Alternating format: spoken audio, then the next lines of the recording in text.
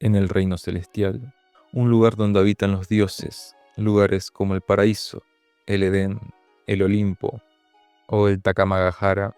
Todos son mundos hermosos y llenos de abundancia, pero en el fondo no son más que mundos reservados de cierta manera para los dioses superiores.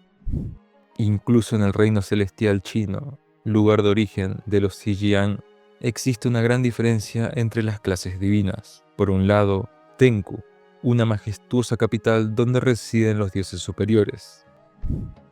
Y por otro, Moriogai, un distrito caótico y abarrotado, donde yacían dioses menores y espíritus errantes. Entre estos dos mundos existía una desigualdad clara, una brecha imposible de cerrar.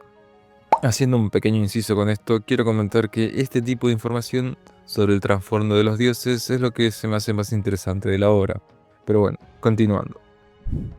Vemos entonces en uno de los pasillos a un joven Suke, que es interceptado por Yakuki, el dios de la peste.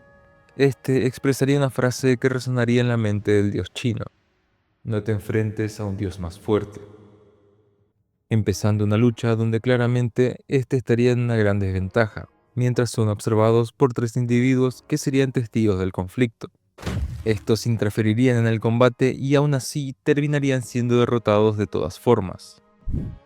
Al recobrar la conciencia, Suke se pregunta por qué lo ayudaron, respondiendo estos que ya los tenían hartos, a lo que Usuke le ofrece formar un equipo, siendo él el líder del grupo. Este ya había entendido más o menos cómo se movían, demostrando una gran capacidad para leer a sus oponentes en combate. Este dios, él tenía algo que lo hacía distinto, siendo así capaz de sobreponerse y derrotarlos, y con esfuerzo incluso pudiendo llegar más allá del Miriogai. Continuando con el combate, Suke había sido capaz de conectar un corte en el pecho de Indra, diciéndole que ya lo había leído por completo. El Vermelión legendario se alzaba sobre el dios del trueno, demostrando su dominio neutralizando el ataque relámpago de Indra. Zeus, soltando una ligera risa, se sorprende de lo interesante que resultó ser el arma divina del dios chino, explicando Hermes que esa técnica posee un doble impacto, debido a que las hojas que logran esquivarse se cuelan por el punto ciego del oponente, lo cual lo hace prácticamente imposible de esquivar. Los dioses del panteón hindú se niegan a creer que Indra no esquivara un ataque tan simple. El dios del rayo, por su parte, se encuentra cubierto de heridas, pero negándose a rendirse, por lo que Suke continúa con su ataque, pero se sorprende que Indra conserve sus fuerzas y que no haya perdido velocidad. Aún así, logra conectar una de sus cuchillas en la pierna del dios, reafirmando que no tiene caso lo que éste intente, porque él ya había leído su técnica por completo. Indra se pregunta por qué es incapaz de reaccionar a ataques tan simples. Comentan que Indra es el tipo de dios que mejora a medida que avanza el combate. Hermes entonces logra entender el funcionamiento de la técnica de Indra, siendo esta algo básica e infalible. Esta cuenta con 2 pasos, un desplazamiento y un golpe. En resumidas palabras, un golpe a velocidad extrema,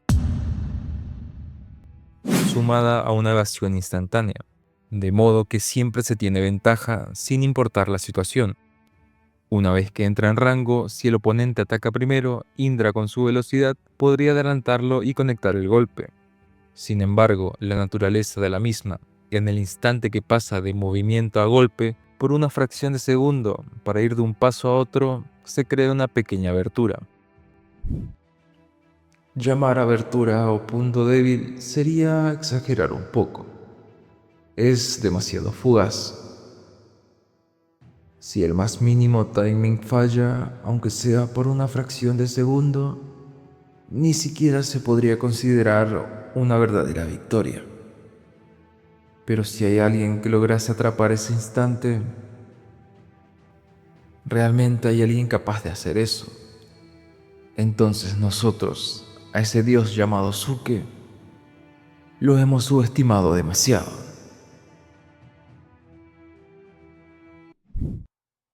¿Por qué sonríes? Valió la pena venir. Con la fuerza que tenía hasta ahora, jamás habría podido vencerte. así que no me queda otra opción. Aquí y ahora tendré que completar mi técnica incompleta, mi tercera hoja. Ahí viene, el verdadero, auténtico, último golpe de Indra. Aquella técnica Indra la había desarrollado originalmente para derrotar a Shiva. Esa era entonces su última carta, su as bajo la manga. Aquella técnica era claramente peligrosa. Aún así, se decidiría todo en aquel último movimiento. No nos subestimes, y menos lo hagas con el líder de los Xijian.